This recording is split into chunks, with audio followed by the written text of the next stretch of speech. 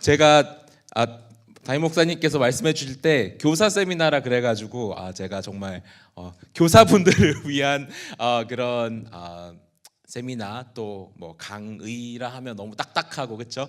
그런 토크를 준비했었는데 그렇지만 결국에는 제가 보니까 여기 교사분들도 계시고 교육부에 이렇게 섬기시는 분들도 계시지만 또 우리 모두가 결국에는 다음 세대를 세우는 거에 대한 그런 비전이 우리 모두 다 있잖아요. 맞습니까?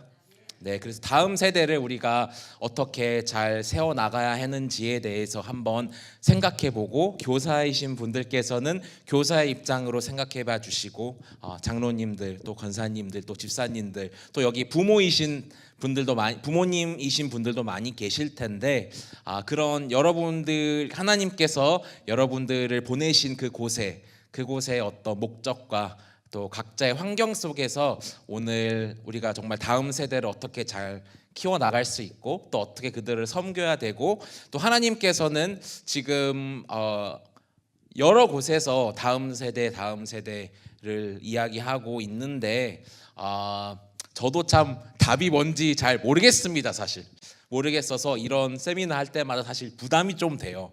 그리고 또 제가 뭐 학교에서 가르치고 있고 그렇지만은 또 저는 이제 올해 20몇 년 만에 한국에 와서 한국 교회들을 방문하면서 한국 교회의 상황들을 또 배워가고 있고 또 이 서로 사랑하는 교회의 이 맥락과 문화 안에서 이루어지는 사역들이 있어서 참 하나님의 다음 세대를 세우는 일 참 이렇게 하나로 이렇게 결정짓기 참 어려운 부분인 것 같습니다. 그렇지만은 오늘 제가 여러분들과 말씀드릴 내용은 그래도 우리가 이 귀한 사명을 이 시대에 감당할 때 어떤 마음가짐으로 또 어떻게 잘 협동해서 그 일을 잘 해나갈 수 있는지에 대한 오늘 그런 내용이니까요. 여러분 이렇게 마음 열고 잘 들어주시고 아까 목사님 말씀하신 대로 제가 한국말이 좀 부족하잖아요, 여러분 그렇죠? 그래서 가끔 이상한 단어가 튀어나올 때도 있어요. 그래서 아니면은 친숙하지 않은 단어가 튀어나올 때도 있는데 그때 그냥 은혜로 이해해 주시고 이런 말을 하려나 보다 저 목사님이 그렇게 여러분들 이해해 주시고 혹시 제가 또 잘못된 부분이 있으면 또 이렇게 수정할 수 있도록 하겠습니다. 여러분 아시겠죠? 그래서 내일은 제가 저 뒤에서 이렇게 가만히 설교해야 되니까 오늘은 또 좀 재밌고 생동감 있게 하기 위해서 제가 좀 움직여도 괜찮겠죠, 그렇죠? 움직여야 또 여러분들 또 재밌으시니까. 그렇죠? 오늘 제가 그렇게 할 수 있도록 하겠습니다. 오늘 교세 세미나를 하지만 또 이게 어떻게 또 동시에 예배이기 때문에 저희가 말씀을 보고 그 말씀을 토대로 한번 우리 하나님께서 우리 교사의 역할을 하는 가르치는 역할을 하는 우리에게 어떤 마음을 가지기 원하시는지 한번 보도록 하겠습니다. 다음 슬라이드 한번 넘겨주시길 바랍니다. 저희가 디모데후서에서 두 군데 말씀을 같이 한번 보도록 하겠습니다. 그래서 첫 번째 파트는 디모데후서 3장 15절에서 17절 말씀인데 짧으니까 우리 다 같이 한번 읽어보도록 하겠습니다. 시작. 또 내가 어려서부터 성경을 알았나니 성경은 능히 너로 하여금 그리스도 예수 안에 있는 믿음으로 말미암아 구원을 이루는 지혜가 있게 하느니라.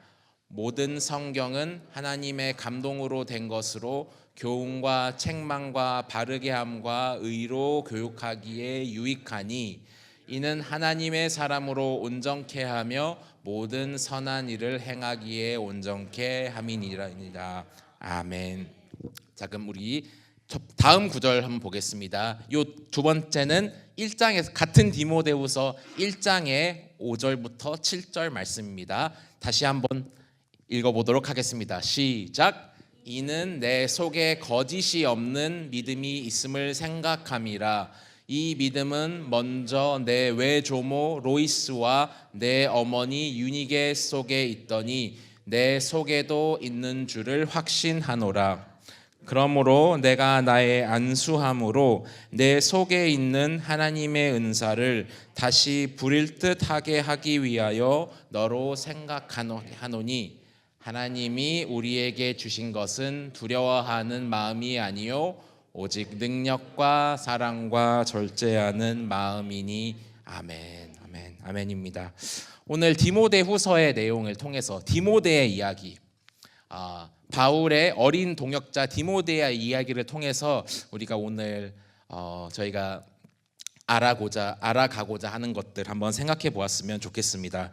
바울 사도가 여러 동역자들이 있었는데 이제 그 동역자 중에 한 사람이 바로 여러분 잘 아시는 디모데였습니다. 영어로 티모시입니다. 그래서 제가 아까 막 연습을 하는데 뭐 티모세 막 이러더라고요. 제가 막 이게 헷갈려가지고 그래서 티모시입니다.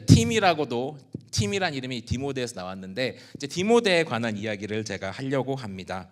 이때 바울 사도가 디모데를 이제 이 어린 청년이었던 약간 대학생, 제 느낌에는 약간 지금으로 말하면 20대 초반인 우리가 잘 제대로는 알 수 없지만 이 디모데를 바울이 정말 아주 많은 사람을 놀래키면서까지 동역자로 선택을 했습니다.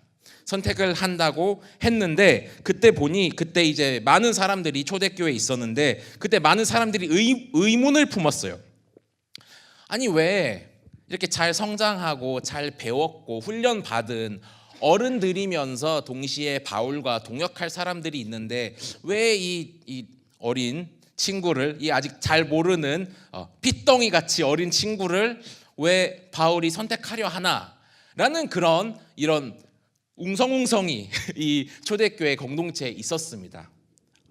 왜냐하면은 지금 우리가 디모데 전후서를 보면은 이제 바울이 뭐라고 얘기하냐면 바울이 이제 디모데에 편지를 쓰는데 편지에 쓰는 내용이 뭐냐면은 디모데한테 하는 말이 디모데야, 사람들이 아마 너의 나이를 보고 뭐라 할 거다. 너를 믿지도 않을 수도 있고 너의 연소함을 업신여겨, 한국말로 그렇게 돼 있네요. 연소함을 업신여겨 볼 수도 있다라는 그런 바울이 디모데에게 조심하라라는 내용을 나오는 것을 볼 수가 있습니다. 그 뜻은 뭐냐면 지금 교회 안에 새로운 리더를 세웠는데 이 리더가 새파랗게 어린 친구인 거예요. 새파랗게 어린 친구니까 뭐 장로님들이 그렇다는 게 아니라 그런 어른들이 이건 아닌데, 이건 좀 아닌 것 같은데 라는 그런 이 교회에 분란이 있었던 겁니다. 분란이 있었던 것이었습니다. 그래서 그것을 바울이 잘 알고 있었어요. 그래서 바울이 그 공동체에게 설명도 하고 이거 내가 잘 기도하고 정말 여러 기도 끝에 내가 내린 결정이다라고 얘기할 뿐만 아니라 디모데후서 4장에 보면은 바울이 디모데한테 다른 사람들이 너의 연소함을 업신여기지 못하게 하고 오직 말과 행실과 사람과 믿음에 있어서 본을 보이라라고 당부하는 내용을 볼 수 있습니다. 그래서 다른 사람들이 너가 어리다고 얕보게 하지 말고 혹시 그렇더라도 네가 모든 면에서 본을 보이라. 모든 면에서 본을 보이면 너는 할 수 있다. 선한 싸움을 한다는 말이 디모데후서에서 나온 얘기거든요. 너가 선한 싸움을 할 수 있을 것이다. 너가 아직 어리고 배워야 할 것이 많지만 나는 지금 너가 하나님께서 내가 너 디모데를 지금 이 새로운 시대의 동역자로 세우는 것은 하나님의 뜻이고 내가 그 뜻에 순종하여 너를 선택했다라고 하는 내용이 이 디모데후서의 배경 설명입니다. 여러분 아시겠죠? 그래서 디모데가 리더가 된 게 너무 나이가 어렸기 때문에 또 디모데는 좀 병을 앓고 있다고 되어 있었어요. 그래서 아마 그것도 문제가 됐었겠죠. 또 하나 더 뭐였냐면은 디모데의 어머니는 우리가 얘기할 어머니와 할머니는 유대인이었는데 디모데의 아버지 쪽은 헬라 사람이었어요. 그러니까 반 이방인 반 유대인이었던 거죠. 그래서 또 유대 혈통을 중요하게 여기는 그 유대인 리더들은 아마 저기 이렇게 요새 말하면 이렇게 혼혈과 같은 디모데가 어린 나이에 리더가 되는 것에 대한 좀 의구심을 기쁘진 않았었던 것 같은 그런 생각이 제가 들었습니다. 그래서 그런 많은 이유 가운데 디모데가 새로운 리더 중에 한 명으로 바울의 동역자로 선택이 되었습니다. 다음 슬라이드 한번 보시겠습니다. 그래서 아까 우리가 처음에 봤던 3장 15절 17절인데 여기서 바울이 여기서 어떻게 하냐면은 설명합니다. 디모데를 뽑은 가장 중요한 이유가 바로 그의 어떤 지식이에요? 성경 지식. 성경을 알았나니 성령은 능히 너로 하여금 그리스도 예수 안에 있는 믿음으로 말미암아 구원에 이르는 지혜가 있게 하느니라. 물론 어리고 나이로서부터 오는 그런 어려운 점들이 있고 부족함이 있지만 바울이 디모데를 선택한 이유 중에 가장 중요한 이유 하나는 바로 디모데가 성경을 잘 알았다는 거예요. 그래서 여러분 16절을 보시면은 제가 하이라이트 해놨는데 성경은 하나님의 감동으로 된 것으로 교훈과 책망과 바르게 함과 의로 교육한다고 되어 있습니다. 무슨 뜻이냐면은 성경을 아는 게 두 가지 측면이 있는 거예요. 하나는 교훈과 책망과 법을 잘 알 수 있는 거죠. 그렇죠? 그래서 어떻게 행해야 되는 지식을 가르쳐 준다는 거죠. 그래서 그 지식을 성경의 많은 지식, 하나님의 법, 의도를 이 어린 디모데가 잘 깨우치고 있었다는 거예요. 그렇죠? 근데 한 가지 더 이야기합니다. 17절에 보시면은 어떻게 바울이 설명하냐면 성경은 하나님의 사람으로 온전케 하며 모든 선한 일을 행하기에 온전케 한다는 거죠. 제가 해석은 이래요. 사람을 만든다는 거죠. 그렇죠? 성경은 지식적인 면도 있고 잘 알아야 하는 것도 있지만 실천하지 않고 살아내지 않으면 아무 의미가 없죠. 그렇죠? 아무리 많은 지식이 있어도 사랑이 없으면 하나님이 아무 의미 없다고 하셨잖아요. 똑같은 거죠. 근데 이 디모데 어린 친구는 지식도 있고 근데 그 지식을 통해서 성경이 사람의 성품을 만들듯이 그런 성품까지도 갖춘 청년이었던 거죠. 그렇죠? 성경의 두 가지 그 면을 둘 다 갖고 있었던 사람이 바로 디모데였기 때문에 바울이 이 사람이다. 이 친구다. 나이가 어리지만 지식도 성품도 성경을 베이스로 된 이 친구다라는 그 확신이 바울의 마음속에 있었던 거죠. 그래서 바로 이 디모데를 택하게 되었다는 것을 우리가 볼 수 있습니다. 그리고 한 번 더 가세요. 다음 슬라이드 보시겠습니다. 그리고 바울이 거기서 끝인 것만 아니라 지금 바울의 이 편지 내용은 디모데한테 내가 너를 왜 내 동역자로 택했는지에 대한 내용이에요. 근데 오늘 아까 디모데후서 1장에 보니까 이런 말씀 나와 있습니다. 우리 다시 한번 읽어보겠습니다. 시작. 이는 내 속에 거짓이 없는 믿음을 생각함이라. 이 믿음은 먼저 내 외조모 로이스와 내 어머니 유니게 속에도 있더니 내 속에도 있는 줄 확신하노라. 아멘. 디모데는 성경의 지식과 또 성경의 실천까지 잡은 그런 인물이었어요. 어린 청년이었어요. 근데 왜 거기에 있었냐 봤더니 오늘 5절 말씀에 보니까 거짓이 없는 믿음이 있었대요. 근데 그 거짓이 없는 믿음이 누구한테서 왔냐? 그의 할머니 로이스, 어머니 유니게한테 왔다는 거예요. 그렇죠. 물론 지식이 있고 됨됨이가 됐다고 해도 사람 인생 어떻게 될지 알 수가 없는 거잖아요. 그렇죠?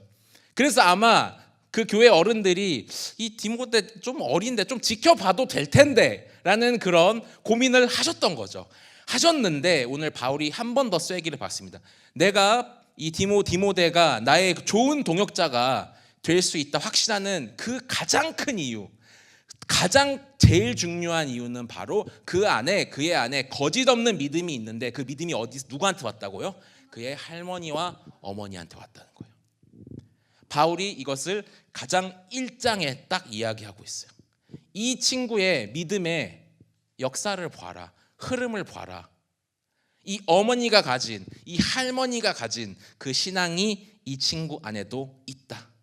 그러면 어려운 일이 있을 때 아마 그 신앙이 이 친구를 지켜줄 것이다 라는 그 믿음이 바울에게 있었기 때문에 바울이 더 확신을 갖고 그런 반대에도 불구하고 더 확신을 가지고 이 디모데를 새로운 동역자로 취할 수 있었던 것이었습니다. 여러분, 그래서 여기가 우리가 너무나 중요한 부분인 것 같아요.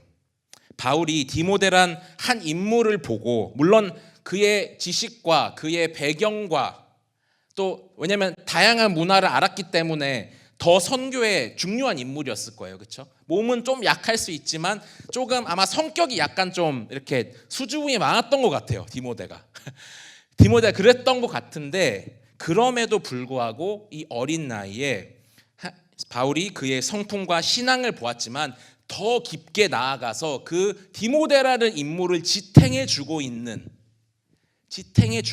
그의 부모를, 또 그의 신앙을 만들어준 사람들을 보았다는 거죠. 그렇죠? 그 주변, 그 베이스, 그 파운데이션, 그 기초에 누가 있는지를 바울이 보았고, 그게 굉장히 중요하게 여겼다는 것이었습니다. 그래서 디모데의 경우는 어머니와 할머니예요. 왜냐하면은 아버지가 헬라인이었거든요. 아버지는 아마 하나님을 믿지 않는 사람이었을 거예요. 그래서 아마 어머니와 할머니가 더 그를 신앙으로 키우려고 노력하지 않았을까라는 그런 말을 학자들이 많이 하고 있는 것을 우리가 알 수 있습니다. 여러분, 이처럼 하나님께서는 우리 각자 한 사람 한 사람을 보실 때 우리 한 사람 자체의 성격, 한 사람 자체의 달란트, 한 사람 자체의 정체성도 보지만 그 한 사람의 됨됨이, 그 한 사람의 성품, 그 한 사람의 신앙을 만들어낸, 지지한, 서포트한 많은 그 사람을 만들어낸 그 뒤에 사람들을 다 보신다는 거죠. 하나님께서 저라는 좋은 일을 하는 인간을 보실 때 그쵸? 세상이 보는 타이틀도 있고 얼굴도 있고 이런 것들이 있지만, 하나님이 보실 때, 하나님이 제 신앙을 보실 때 제가 경험한 신앙, 제가 만들어낸 그런 신앙이 아니라 저를 위해서 오랫동안 기도해 주신 저희 부모님과, 또 목사님이었던 저의 할아버지와, 또 부모님들뿐만 아니라 저에게 많은 가르쳐줌을 주셨던 선생님들, 나에게 많은 가르침을 주셨던 멘토들, 지금도 저를 위해 기도하고 있는 저의 동역자들, 그 많은 사람들, 한 사람을 이루는 그 많은 사람들을 하나님께서 보신다는 거죠. 그래서 그런 분들 중에 주로 당연히 부모들이, 가족이 그런 역할을 하지만 항상 그런 건 아니었습니다. 성경에 보면은 모든 성경의 인물들이 다 유니게와 유니스 같은 그런 할머니와 그런 어머니를 둔 것이 아니었습니다. 그러나 하나님께서는 하나님의 사람들을 헌신적으로 가르치고 훈련시켰던 또 다른 은사들, 다른 선생님들, 다른 멘토들이 성경에 있는 것을 볼 수가 있습니다. 우리 다음 슬라이드 한번 보실게요.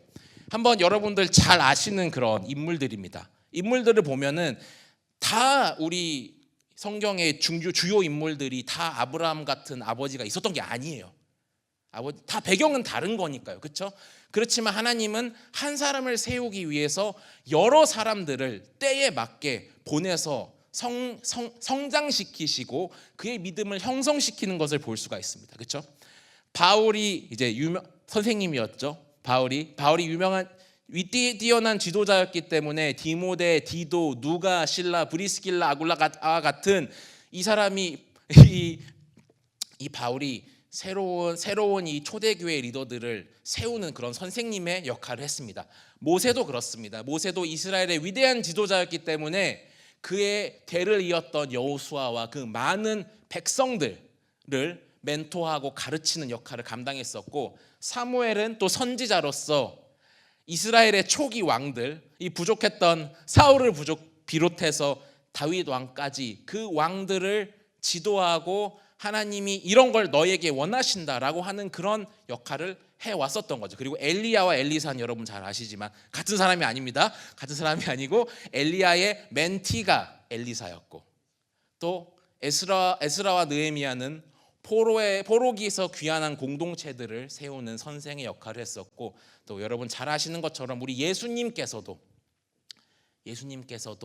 제자들, 특별히 우리 제자들을 사랑하시고 그들을 멘토하시고, 그들이 다 다른 인간들이잖아요. 그렇죠? 어부부터 의사까지 다 다른 그 12명의 인간을 어떻게 예수님이 다 감당하셨을까? 그 소그룹 같은 거잖아요. 그렇죠? 여러분 여기 목장이나 소그룹 리더 하시는 분들이 있는데 그 소그룹 멤버들이 다 다르잖아요. 그렇죠? 다 다르고 그들에 맞게 멘토하고 사랑하고 섬겨야 되는데 예수님께서는 그 12제자들 한 사람 한 사람을 그들에게 맞춰서 사랑하시고 섬기고 가르치셨다는 것. 제자들이 예수님을 랍비어라 그랬죠. 랍비가 무슨 뜻이죠? 선생이죠. 이처럼 하나님께서는 우리 한 사람 한 사람을 보실 때 우리 한 사람 그 자체만을 보는 것이 아니라 우리 한 사람을 만들어낸 또 만들어 가고 있는 그 많은 사람들, 부모님들, 또 선생님들, 멘토들, 동역자들 그 전체를 보시는 게 하나님의 관점이고 또 하나님의 마음이신 것을 여러분 꼭 잊지 않으시기를 바랍니다. 그렇다면 다음 슬라이드 가보겠습니다. 여러분 이런 말이 있습니다. 제가 영어로 한번 읽어볼게요. It takes a village to raise a child.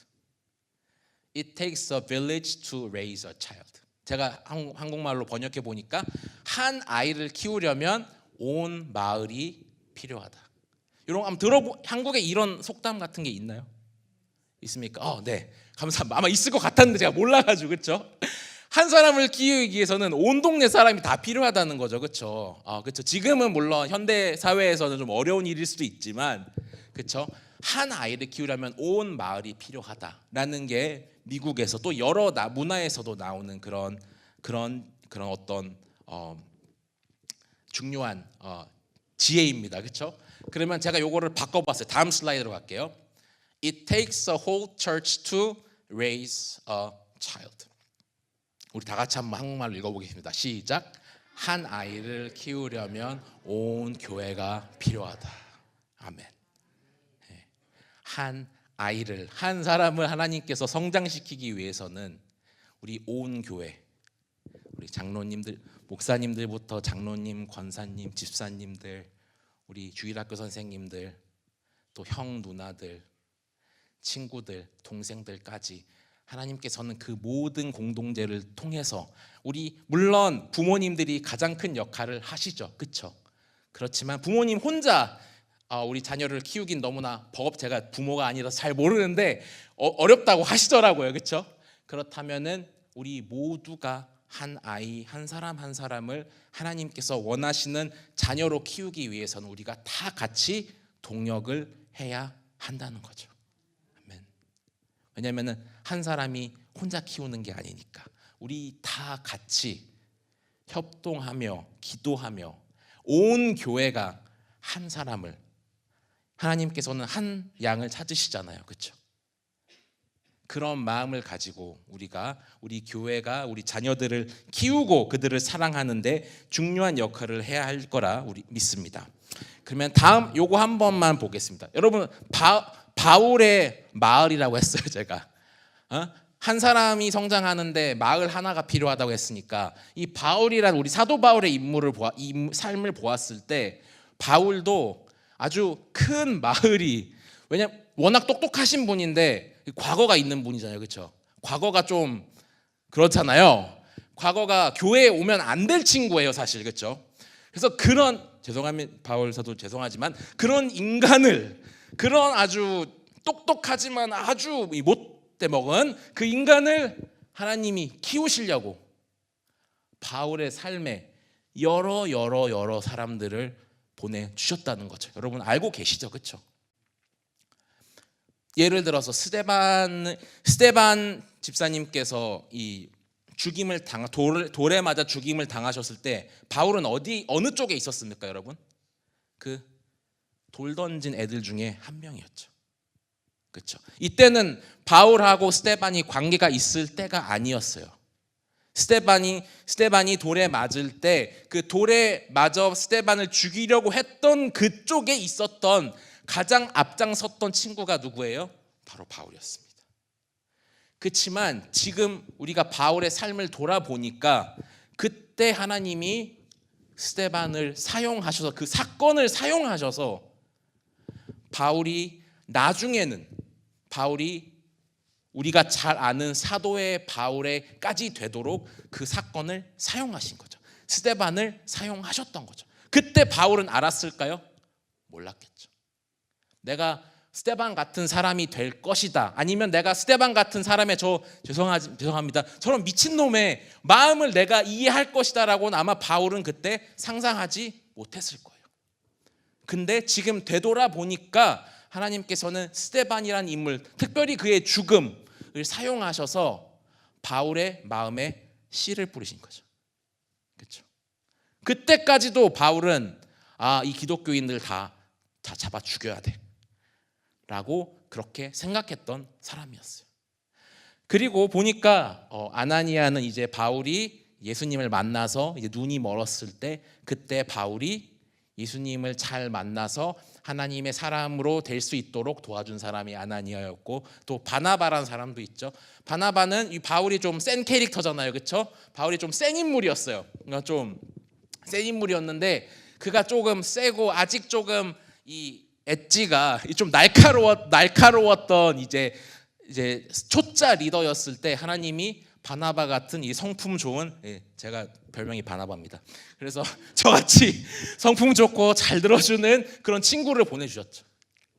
그래서 바울이 이 첫 사역을 시작하는데 바나바 같은 친구가 옆에 있어서, 물론 둘이 결별하는 어려운 일들이 있었지만 결국에는 바나바가 바울이 첫 사역을 시작할 수 있도록 도와주었던 거죠.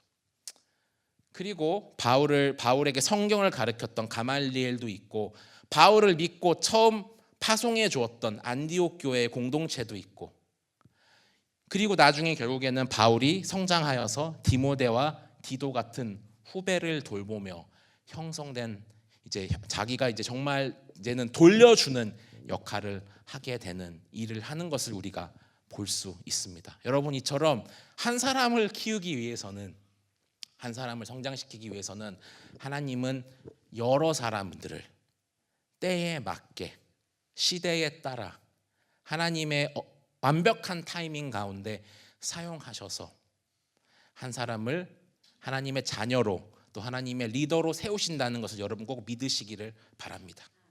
여기 선생님이신 분들, 선생님으로 섬기시는 분들 있잖아요. 아마 여러분이 여기 어딘가에 여러분이 맡고 있는 그 한 친구, 여러분이 주일마다 도와줘야 되고 섬겨야 되고 가르쳐야 되고 달래야 되고 하는 그 친구의 삶에, 그 친구의 삶의 한 부분을 하나님께서 여러분을 사용하셔서 그 친구를 잘 형성하고 그 친구의 신앙을 잘 세워주라고 여러분들을 보내셨다는 것을 꼭 믿으시기를 바랍니다. 한 사람을 세우기 위해서 우리 모두가 각자 한 파트를 맡는 거예요.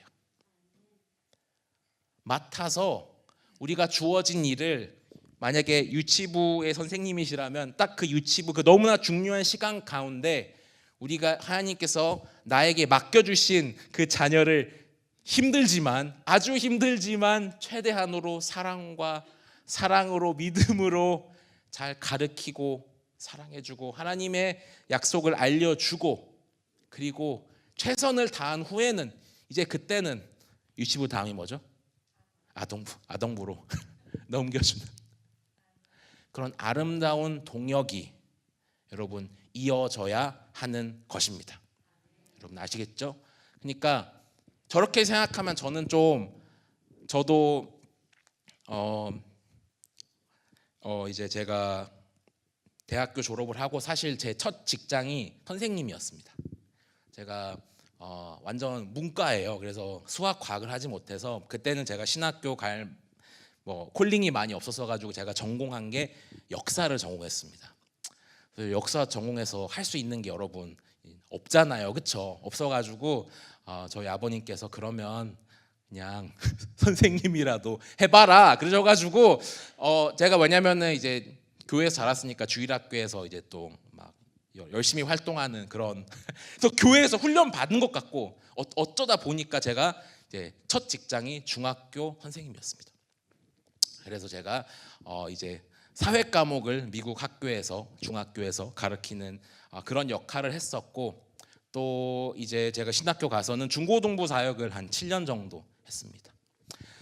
시험 정도 하고 또 지금 또 감사하게 또 학교에서 우리 대학생들 또 지금 대학원생들을 저도 어쩌다 보니까 가르치는 일을 이렇게 하고 있습니다. 가르치는 일을 계속 하고 있는데 그러다 보면 참 여러분 아시는 것처럼 가르치는 게 쉽지 않잖아요, 그렇죠? 참 쉬운 일이 아니고 나의 한계도 보게 되고 참 인내가 부족한 저의 모습도 보고 또 사랑이 부족한 저의 모습도 보게 되는 너무나 사실 되게 어려운 일입니다. 근데 오늘 제가 그래서 지금도 그런 어려움을 항상 느끼고 있어요. 항상 느끼고 있고 지금도 사실 이 자리에 서는 거 되게 떨리고 지금도 저는 교실 들어가면 사실 되게 떨립니다. 계속 떨리기도 하고 근데 그래서 참 가르치고 하는 게 재밌고 또 신기하고 참 귀한 일이지만 참 이 긴장하는 게 정말 이렇게 완벽하게 긴장을 풀지는 잘 못하는구나라는 것을 제가 배우고 있어요. 그렇지만서도 제가 오늘 그래서 참 포인트는 어렵다. 좋은 선생님이 되는 거 참 어렵다. 근데 목사이기도 하니까 더 사랑을 많이 줘야 되는데 더 부족하다. 그래서 저는 맨날 혼자 그런 시간을 보낼 때가 참 많이 있는데 오늘 요 모습을 딱 하나님께서 제가 여러분들 준비하면서 이걸 딱 만들었는데 보니까 그래 좋은 일 저한테 말하는 거예요. 좋은 일 그래 하나님이 지금 너한테는 이 친구의 딱 요 부분을 딱 이 시기를 너에게 맡겨 주신 거다. 그렇다면은 우리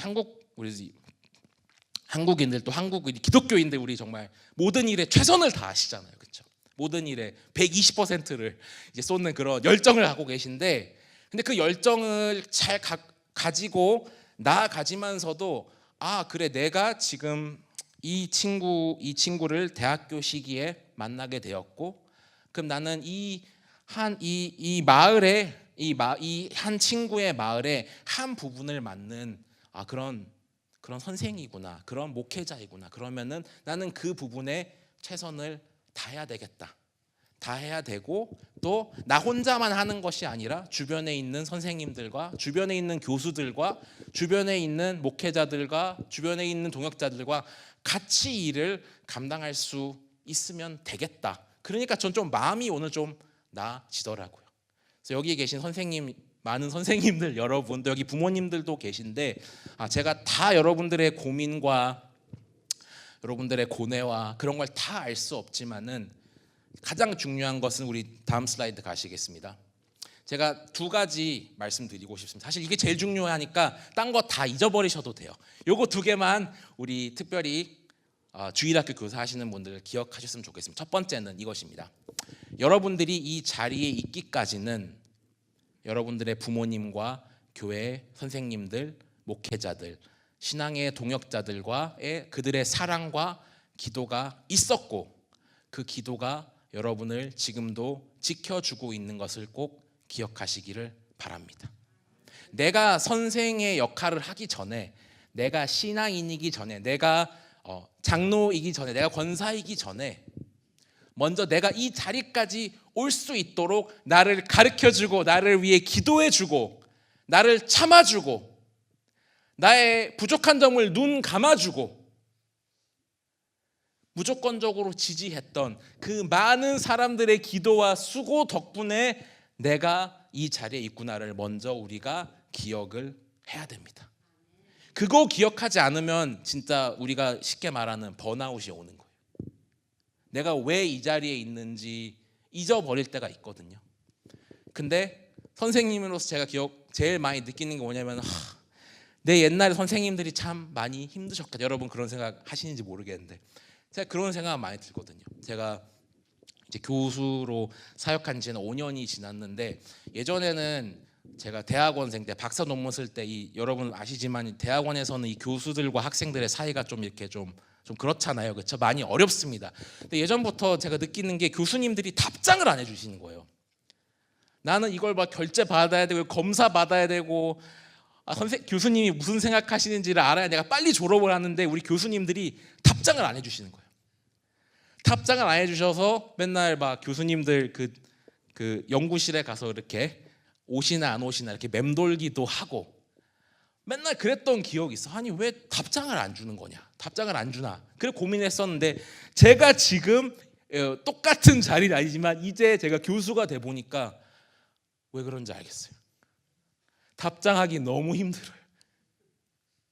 학생들 한 사람 한 사람 최선을, 처음에는 난 정말 그런 교수가 되어야지, 그런 선생님이 되어야지 했는데 지금 제가 이 자리에 와서 학교에서 주는 많은 일들, 보직에 있으면 주는 많은 일들을 다 하면서 학생들한테 신경 써주기가 되게 힘들더라고요. 그래서 내가 예전에는 교수님들이 답장 안 해준다고 욕을 했었는데 지금 내가 그 교수가 되어 가는구나라고 하면서 제가 회개를 많이 하게 되었습니다. 그렇죠?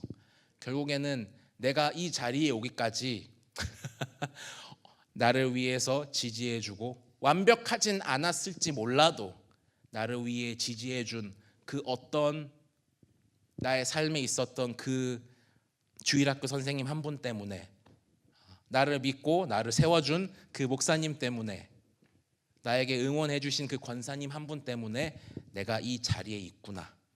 우리가 교회 학교 선생님이기 전에 나를 키워주신 많은 분들이 있었구나를 항상 기억하는 것, 이게 가장 제일 중요한 첫 번째의 프린시플입니다. 아시겠죠? 그리고 두 번째는, 그렇다면은 여러분이 섬기시는 부서와 여러분이 맡은 학생들은 하나님께서 여러분을 그 친구의 삶의 어느 부분에, 그 친구의 삶에 여러분을 특별히 선택하셔서 좋든 싫든 어렵든 쉽든 하나님께서 여러분들을 특별히 선생님으로, 특별히 지도자로 여러분을 선택하셔서 그 친구들의 삶에, 그 친구들을 잘 도와주라고, 그 친구들이 어려움을 잘 감당하고, 그 친구들이 교회에 잘 적응하고, 그 친구들이 어릴 때, 특별히 어릴 때, 그렇죠? 디모데가 어릴 때 하나님을 만났잖아요. 그 어릴 때 하나님의 사랑을 잘 경험할 수 있도록 여러분을 선택하셔서 유치부, 아동부, 유초등부, 중고등부에 여러분들을 보내셨다는 것을 꼭 잊지 않으시기를 바랍니다. 이 두 가지 잊지 않으면 여러분 번아웃은 아마 안 오실 것 같아요. 내가 어디서 왔는지, 그리고 하나님은 그 부족한 나를 통하여 어디로 보내시는지. 오늘 바울이 디모데를 얘기하면서 그 디모데를 사랑하고 디모데를 사랑으로 키웠던 그의 부모와 또 그의 선생과 그의 멘토들을 나열한다는 것은 바로 하나님이 정말 그 사람들, 그 마을 사람들, 그 온 교회 사람들, 그 모든 직분을 하나님께서 귀하게 여기신다는 거죠. 그래서 그 하나님께서 여러분의 그 사역을, 그 티칭 사역을, 그 섬기는 사역을 너무나 귀하게 여기신다는 것을 여러분 꼭 잊지 않으시기를 바랍니다. 그리고 서로 도와주셔야 돼요. 왜냐하면 우리가 까먹을 때가 있잖아요.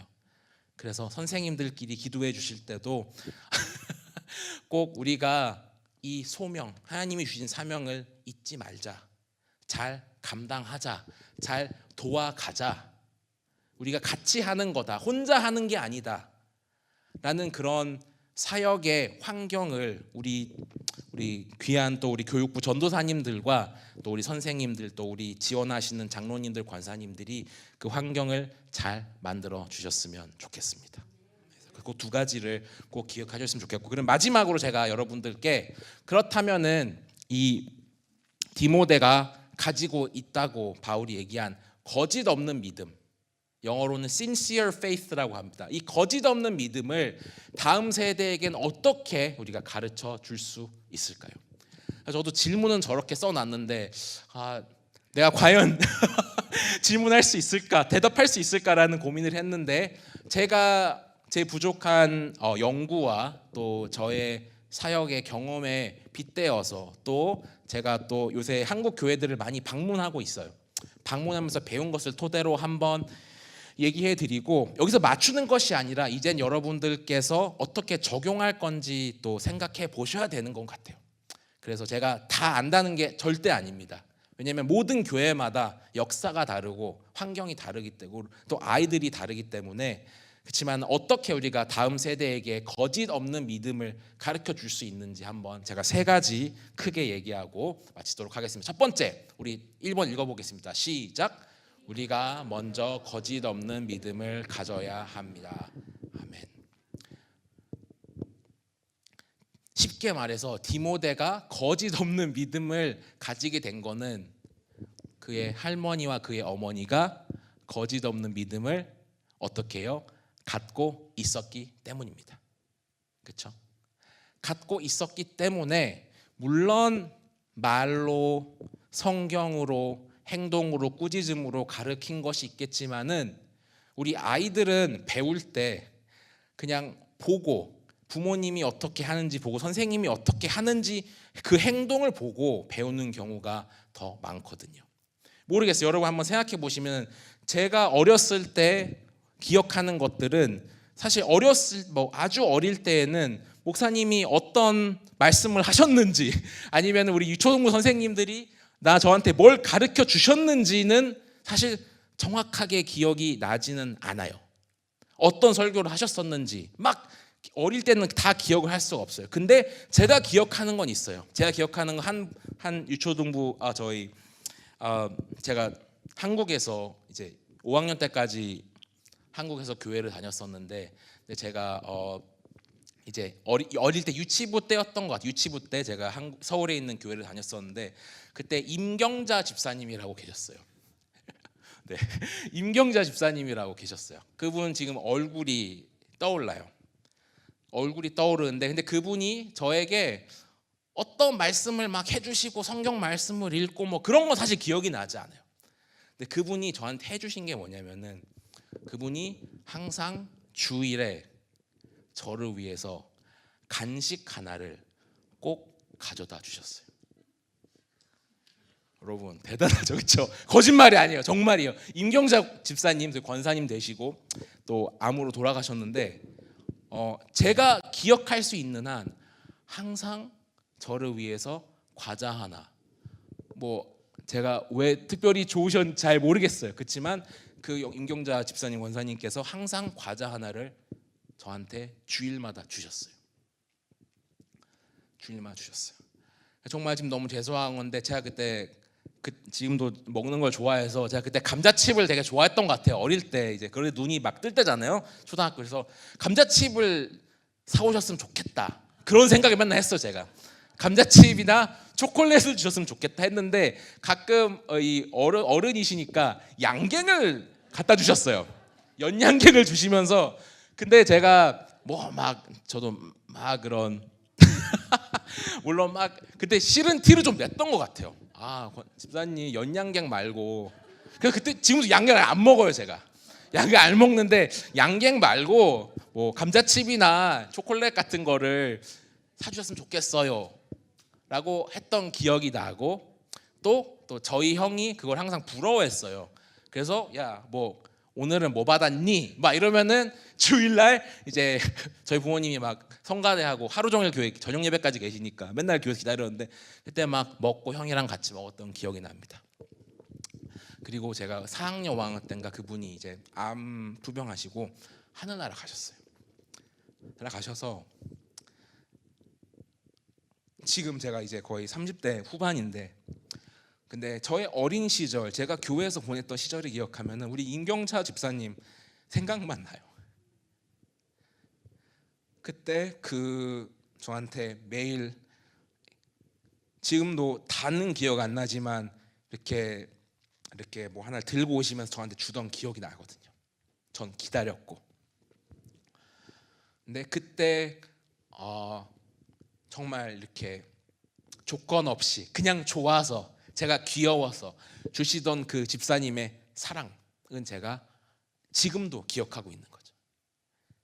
지금도 눈에 감으면은 그 잠실의 상가 교회가 생각나고 그 집사님이 저에게 주셨던 그 과자들, 러브 랭귀지죠. 그게 그렇죠. 선물들, 작은 선물들을 꾸준하게 매주 주시면서 그때 제가 받았던 메시지는 너가 참 귀엽다, 너가 귀하다. 뭐 아마 그때는 너의 어머니 아버지가 교회에 맨날 계시니까 몰라 제가 맨날 교회 뒤에서 엄마 아빠 기다리고 하는 게 불쌍해서 그러셨을 수도 있어요. 기다리는 동안에 맛있는 거 먹어라 라고 하는 그 사랑, 그 사랑이, 그분의 그 사랑의 행동의 모습이 지금 제가 지금 부족하지만 목회자가 되는데 아직도 힘이 되고 생각이 나고, 교회는 그런 곳이지, 그런 사랑이 있는 곳이지, 나도 그런 사람이 돼야 되겠다, 나도 그런 거짓 없는 믿음을 가져야 되겠다 라는 그런 믿음으로 지금 살고 있습니다. 아마 여러분 삶 가운데서도 그러신 분들이 있을 거예요. 여러분들 어릴 때나 또 여러분들이 어려운 시간을 지날 때 교회에서 여러분들께 아무 이유 없이 그냥 사랑해서 잘해주시고 챙겨주시고 잘 맞아주시고 힘내라고 응원해 주셨던 그런 분들. 근데 그런 분들이 어른일 때는 우리가 그분들이 어떤 말씀을 해주셨는지 기억이 나잖아요, 그렇죠? 어떤 어드바이스 해주. 근데 어린 시절에는 사실 말로 기억하는 것보다 그들의 행동으로, 그 장로님은 참 어떠셨는데 참 항상 나에게 좋은 선물들을 주셨다. 아니면 그 권사님은 내가 뭐 식판을 받을 때 항상 나에게 뭐 귤을 하나 더 주셨다든지.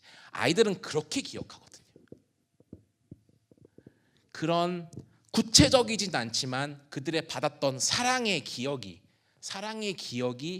그들의 정체성을 이렇게 만들어 줄 뿐만 아니라 그들의 믿음도 형성시키고 또 그들이 생각하는 교회의 모습조차도 형성시킨다는 거죠. 그래서 우리가 제일 중요한 것은, 물론 성경 공부 너무 중요합니다, 여러분, 그렇죠? 성경 말씀 읽고 큐티하고 너무너무 중요한데 이것을 살아내지 않으면은 우리 어린아이들은 잘 몰라요. 우리가 매일매일 순간순간 살아내는 그 말씀을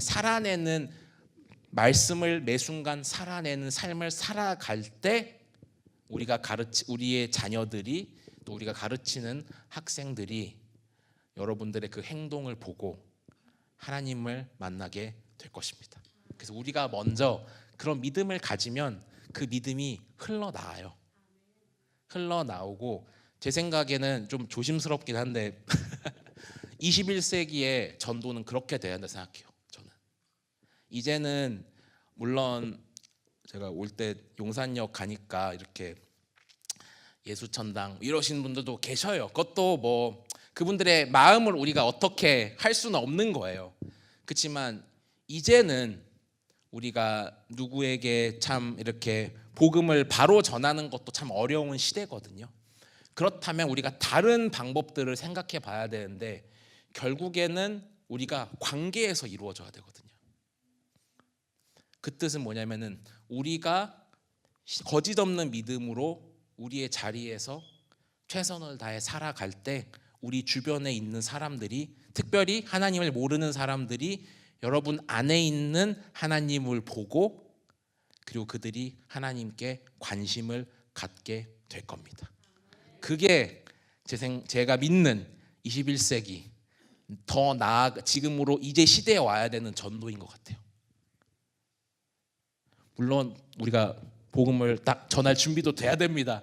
그렇지만 사람들이 여러분 안에 있는 하나님을 보고 궁금해할 거예요. 저 친구는 왜 좀 다른 것 같네. 저 친구는 어려운 상황 가운데서도 참 잘 어려운 순간을 이겨내는구나. 신앙이 저런 건가? 라고 하는 그런 것들. 제가 믿기로는 그것이 아마 다가오는 우리 시간에 관계로서 전도되는 하나님께서 하실 일들이라고 저는 믿습니다. 그래서 우리가 먼저 거짓 없는 믿음을 가졌으면 좋겠습니다. 두 번째, 빨리 끝내겠습니다, 여러분. 자, 두 번째 읽어보겠습니다. 시작. 그리스도의 사랑을 살아내는 공동체. 다음 슬라이드 볼게요. 자, 여러분 혹시 이 프로그램 혹시 보신 분 손 한번 들어볼까요? 손 한번 들어볼까요? 너무 재밌지 않아요? 저 맨날 보면서 울거든요. 원래 교포들이 이런 거 더 열심히 봐요. 원래 이제 교민들이 한국에 대한 노스탈지아가 강해서 이런 걸 더 열심히 보고 막 하는데, 이제 제가 열심히 보는 미국에서부터 이제 올 때까지 제가 이거는 제대로 봐야 되겠다라고 했던 제가 열심히 보고 있는 프로그램인데 이제 신인 감독 김연경이라는 프로그램이에요. 여러분 제가 왜 조 목사님 왜 저런 얘기를 하나 궁금하실 수 있는데 한번 들어보세요. 신인 감독 김연경이라는 프로그램을 제가 보고 있는데 맨날 제가 볼 때마다 울어요. 우는데 이게 막 뭐 배구도 참 재밌는 운동이기도 하고 있는데 이 프로그램이 뭐냐면은 이제 김연경 감독이 감독님이 되시기 전에 이제 김연경 감독이 새로운 감독님이 돼서 새로운 팀을 감독하고 가르쳐고 훈련시켜 나가는 그 과정의 스토리입니다. 스토리인데 이 팀이 어떻게 구성됐냐면은 우리 프로 구단에서 쫓겨난 선수들, 프로 구단에서 제대로 하지 못해서 계약이 성사되지 않은 우리 프로 선수들, 또 실업팀에서 있는데 프로로 오긴 약간 좀 아쉬운 친구들, 그런 친구들도 있고 또 전 국가대표 선수는 이제 프로팀하고 이제 쫓겨나간 거죠. 이제 계약을 하지 못하고 은퇴를 했는데 또 이 기회가 열려서 지금 이 새로운 팀에 들어와 있고 또 여러 스토리를 가져서 운동할 수 있는 기회가 없는 그런 배구 선수들을 모아가지고 우리 세계 최고의 김연경 선수가 이제 김연경 감독이 되어서 이 친구들을 이제 완전 오합지졸에, 그쵸? 오합지졸에 이 선수들을 짧은 시간 내에 같이 훈련시키고 팀워크를 짜서 이제 7번의 경기를 하게 돼요. 7번의 경기를 해야 되고 4번이 지면 이제 자동으로 이 팀은 해체되는 거예요. 해체되는 거고 지금 약간 지금 3번 져가지고 지금 좀 힘든 저 어떻게 될까 지금 걱정하고 있어요. 그래서 7번 경기를 하는데 너무 한국 사람 너무 프로그램을 잘 만드시는 게 또 이 섭외한 팀들이 그 여기 팀 멤버들을 쫓아냈던 팀들이랑 또 시켜요. 진짜 이런 스토리텔링이 없어요. 이런 스토리텔링이 없어가지고 제가 볼 때마다 정말 또 한 선수 한 명 한 명의 스토리, 또 그들을 지원했던 어머니 아버님, 막 부상, 선수 생명에 대한 여러 가지 것들을 다 여러분 시간 되시면 꼭 보시길 바랍니다. 근데 제가 이 프로그램을 보면서 느꼈던 게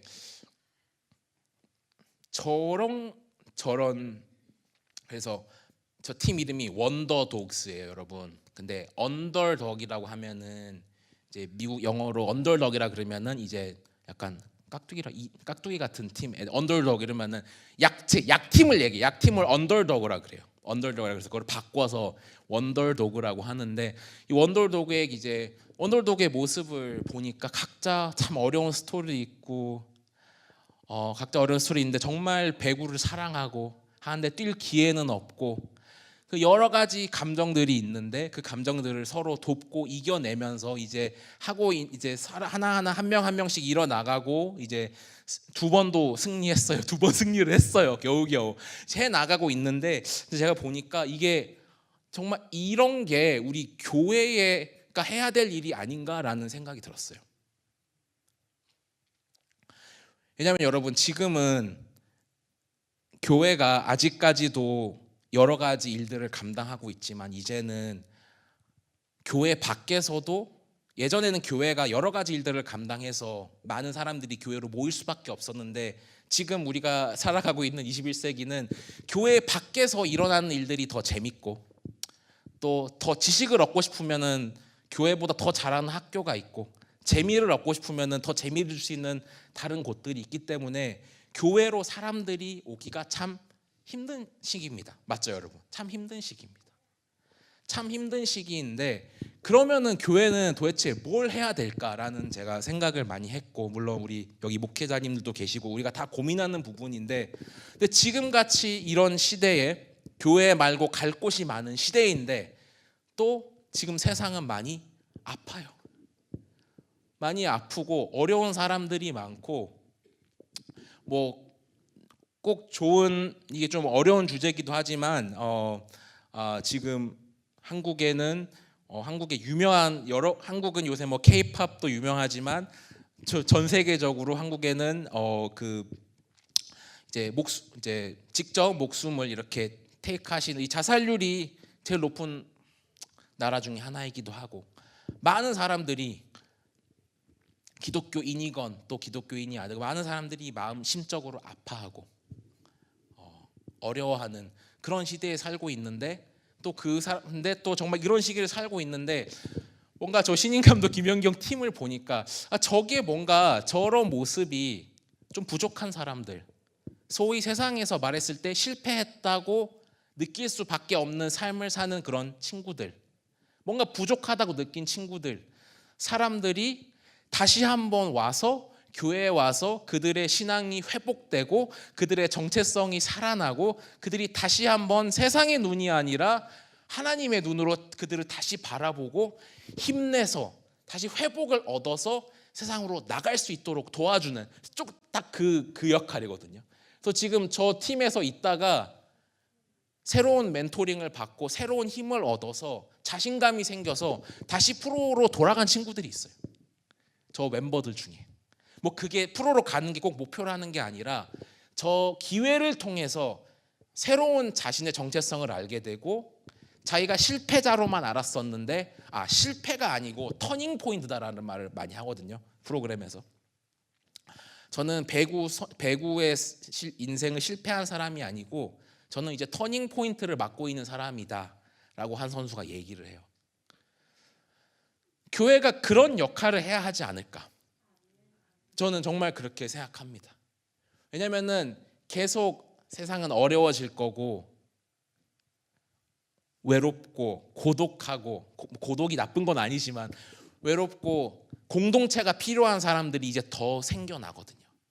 특별히 그런 사람들이 교회에 와서 힘을 얻고 임경자 권사님 같은 사람을 만나고 세상에서 받지 못했던 그런 환대를 받고 사랑을 받고, 성적 수훈 때문이 아니고 레줌의 이런 스펙 때문이 아니고 그냥 무조건적으로 하나님이 사랑하시니까 사랑해주는 그런 공동체 꼭 돼야 할 줄 믿습니다. 그걸 교회가 놓치면 정말 저는 진짜 교회가 다 놓칠 거라고 생각이 듭니다. 그 역할 하지 않으면은 이제 기독교인들도 또 세상 분들도 갈 데가 없어요. 제가 한국 거의 다 마쳤습니다, 여러분. 한국 교회에서 제가 이제 상담 전공하다 보니까 여러 교회에서 이제 감사하게 뭐 정신 건강 세미나 이런 것들을 할 기회가 있었어요. 그래서 그런 거 관심 가져주시는 목사님들과 얘기도 나누고 성도님들 얘기도 나눴는데, 제가 좀 되게 마음이 아팠던 건 뭐냐면은 어떤 장로님이셨어요. 장로님이 말씀을 해주시는데, 내가 우리 교회 장로인데, 저한테 1대1로 말해주신 거예요. 무슨 교회라고 말씀 못 드리고, 자기가 우리 교회 장로님이시고 한 60대 후반 장로님이시고 정말 그 교회의 역사를 함께 오신 그런 장로님이세요. 근데 아까 제 세미나를 들으시면서 여러 가지가 참 도움이 되셨대. 근데 어른들은 사실 그런 말씀 나눠주기 쉽지 않거든요, 남자 어른이. 근데 그 남자 어른이 오셔서 하는 말이, 난 너무나 내 안에 아픔과 고민들 나누고 싶은 그런 말들이 사실 되게 많은데, 저는 목사님 교회에서는 그 말 못해요 그러시더라고요. 충청도 분이요. 저는 그 말 못해요 그러시더라고요. 그래서 그래요? 왜요? 그러니까 나는 여기 이제 위치도 있고, 그 뭐 자랑이 아니시고, 그 내가 교회에서 리더기 때문에 내가 아프다, 내가 힘이 들다, 내가 정신 건강이 좀 어렵다라는 말을 저는 할 수가 없어요 그러시더라고요. 그래서 그럼 장로님 어떻게 하세요? 그러면은 저는 요새 뭐 그 나라에서 뭐 지원 받아서 상담센터를 가셨었대요. 뭐 이렇게 뭐 쿠폰 같은 걸 받으셔서. 그래서 나는 그런 데 가서 상담도 받고 했습니다, 이렇게 말씀하시더라고요. 그래서 정말 너무 제가 참 감동도 받고 도전이 있었던 게, 우리 모든 교회가 그런 건 아니지만 우리 한국 교회가 참 그런 아픔들을 이렇게 나누기 참 쉽지 않은 곳이구나. 그게 사실 쉬운 문제 아니거든요. 쉬운 문제, 그런 아픔을 나누고 삶을 솔직하게 나눌 곳이 없으셔서 요새는 그래서 크리스찬 분들이 정신과 상담도 가시고 다른 해결구를 교회가 아닌 다른 곳에서 찾으신다는 말을 듣고 좀 마음이 많이 아팠습니다. 그래서 그거는 뭐 우리가 단순히 해결할 문제가 아니라 우리가 정말 계속 기도해 나가면서 교회가 어떤 일을 감당할 수 있을지에 대한 어떤 그런 도전이 되는 어떤 사건이었습니다. 그리고 그것이 동일하게 우리 자녀들에게도 해당이 됩니다. 우리 자녀들도 한국에서 중고등학생들로 사는 거는 정말 장난이 아니더라고요. 근데 그 친구들은 그런 고민들을 어디서 이야기할 수 있을까? 감히 상상해 볼 수가 없더라고요. 저는 또 여기서 오지 않았었기 때문에. 그러면은 교회가 이런 부분들을 우리가 어떻게 해줄 수 있을까? 더 아픔이 많은 사회를 우리가 계속 볼 텐데 우리가 어떻게 그런 연약한 점들을 조금 어려운 분들을 잘 품어내는 그런 교회가 될 수 있을까라는 그런 고민을 제가 한번 해보았습니다. 그래서 여러분 한번 마음에 품으시고 우리가 어떻게 그런 공동체를 만들어 갈 수 있을지 저런 원더도그 같은 그런 회복시켜서 새로운 정체성으로 새로운 기쁨으로 새로운 하나님의 사랑을 가지고 다시 세상으로 나갈 수 있도록 도와주는 그런 역할을 우리 교회가 할 수 있을지 우리 다 같이 한번 계속 기도하며 생각해 봤으면 좋겠습니다. 그리고 진짜 마지막 슬라이드입니다. 진짜 죄송합니다. 진짜 마지막. 이제 다 끝났어요, 여러분. 세 번째는 좀 단순한 믿음을 가지시는 겁니다. 이게 무슨 뜻이냐면은 좀 믿어야 돼요. 우리 너무 똑똑하시잖아요. 한국 모든 기독교인들이 똑똑하셔서 생각도 많고 플랜도 많고 제가 들었는데 순천 쪽 통합측 교회는 특별히 좀 열성적이시래요. 제가 서울의 총회 노예 지도자들 만났는데 그래서 목사님께서 저 다음 주에 순천 가는데 그러니까 순천은 멀세. 아유 왜요? 그러니까 순천 뭐 이렇게 교단 모임이 있으면 순천 교회는 진짜 안 빠지고 다 참석하신대요.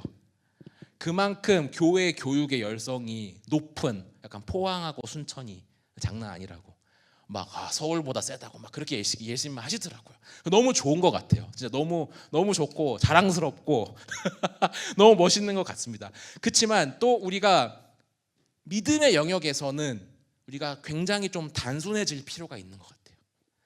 저한테 그 뜻은 뭐냐면요. 제가 정말 잘 도와주고 싶은 학생이 한 명 있는데 이놈이 죄송합니다. 얘가 제 말을 잘 안 들어요. 여러분 다 그런 경험 있으시죠? 부모님들이 그런 경험 있으시잖아요. 이 친구가 참 이렇게 했으면 좋겠는데 마음을 참 안 열어주고 듣지도 않고 그럴 때 참 힘들거든요. 그리고 우리는 최선을 다해서 씨를 뿌렸는데 그 열매를 보지 않을 때 참 어렵거든요. 그렇죠? 근데 그때는 여러분 제가 그래서 참 많이 뒤져봤어요. 그럴 때 어떻게 해야 됩니까? 했는데 많은 신앙의 선배님들이 하시는 말이 뭐냐면은 그건 그냥 하고 기다려야 돼. 그냥 그 친구가 듣던 안 듣던 들었다고 믿고 끝내야 돼 라고 말씀하시더라고요. 들었다고 믿어야 돼. 그리고 하나님의 타이밍을 신뢰해야 돼 라고 하시더라고요. 그래서 여러분 어린 영혼을 키우고 살리고 돌보고 사랑해 주는 거 여러분 힘든 것 다 잘 아시잖아요. 그렇죠? 근데 모든 것들이 우리 마음 뜻대로 부모로서도 또 선생님으로서 되지 않거든요. 근데 그런 어려움이 있을 땐 그냥 단순하게 어린아이처럼 그냥 믿어야 됩니다. 나는 최선을 다 하고 있고 다 할 거고 나머지 일은 하나님께서 하신다. 그리고 우리 어린 아이들은요 안 듣는 것 같은데 들어요. 아시죠? 좀 어른들이 듣는 척하시고 오히려 그런 거고 어린 애들은 뇌가 말랑말랑해서 그런지 안 듣는 것 같아도 들어요. 그래서 여러분들이 뿌리신 그 사랑의 언어들 때로는 꾸중의 언어들이 그 친구들의 깊은 잠재의식 속에 숨어 있다가 나중에 그들이 청소년이 되고 대학생이 되고 청년이 됐을 때 그때 그 말이 그들의 마음속 기억이 날 거예요. 그거를 믿으셔야 돼요. 누가 바울이 스데반을 쳐 죽였을 때 하나님이 그 스데반과 바울의 그 사건을 통해서 바울을 그렇게 다른 사람으로 만드실지 우리가 어떻게 알았겠어요, 그렇죠? 그 타이밍은 아무도 모르고 하나님밖에 모르셨는데, 근데 스데반은 그것을 믿고 하나님께서 자신의 죽음을 어떻게든 사용하실 거라 믿고 순종했고, 하나님께서는 나중에 결국 그것을 통하여 바울 사도라는 인물을 세우시는데 사용하셨잖아요. 여러분, 그것을 꼭 믿으시기를 바랍니다. 때로는 단순하게 그냥 믿어버려야 돼. 네? 믿어버리시는, 믿고 하나님께 맡기는 그런 여러분들 되시기를 진심으로 축원드립니다. 제가 오늘 너무나 많은 내용을 막 이렇게 했는데 여러분들 부족한 거 있었으면 또 너그럽게 봐주시고, 또 그렇지만 제가 나눈 내용들 중에 여러분들께 도움이 되고 또 이렇게 취할 것이 있었다면은 정말 하나님께서 여러분들 너무나 귀하게 생각하시는 거 정말 잊지 않으시고, 하나님께서 우리의 작은 선물을 30배, 60배, 90배가 아니고 뭐죠? 100배 하나님이 더 키우시는 그 약속을 믿고 내일도, 다음 주 주일도, 내년에도 우리 귀한 자녀들을 계속 섬겨주시는 우리 귀한 선생님들, 또 부모님들, 또 우리 직분자 모든 분들이 되시기를 진심으로 축원드립니다. 기도하겠습니다. 주님 감사합니다. 주님, 저희 모두가 이 자리에 모여 있습니다. 이 자리에 직분자로, 리더로, 또 선생님으로 모여 있습니다. 주님, 우리가 이곳에 있는 것은 우리가 뛰어나서, 우리가 똑똑해서, 우리가 능력이 많아서가 아닙니다. 우리가 이곳에 있는 것은 우리가 이 자리에 있을 수 있도록 우리를 위해 기도해 주신 많은 분들이 있었기 때문에, 하나님께서 보내신 많은 분들이 있었기 때문에 주님, 이 자리에 있는 것을 주님 고백합니다.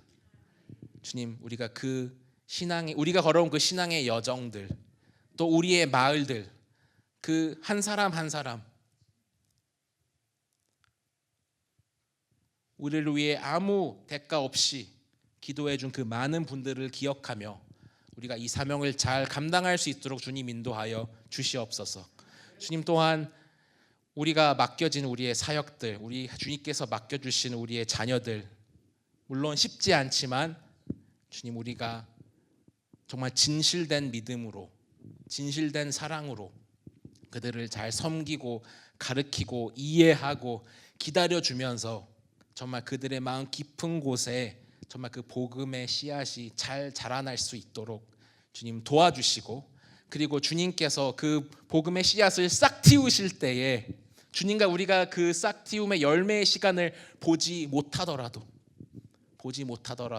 주님 아멘으로 주님께 맡길 수 있는 저희 모두가 될 수 있도록 주님 인도하여 주시옵소서. 주님, 우리 서로 사랑하는 교회, 우리 교육부를 특별히 축복하여 주시고, 우리 모든 학생들, 또 그들의 부모님들, 또 우리 선생님들, 또 그 부서를 특별히 지원하시는 우리 장로님, 권사님, 집사님들, 주님이 다음 세대를 세우는 이 어려운 일에 저희가 정말 어렵지만 기쁨으로 동참할 수 있는 그런 능력을 주님 허락하여 주시옵소서.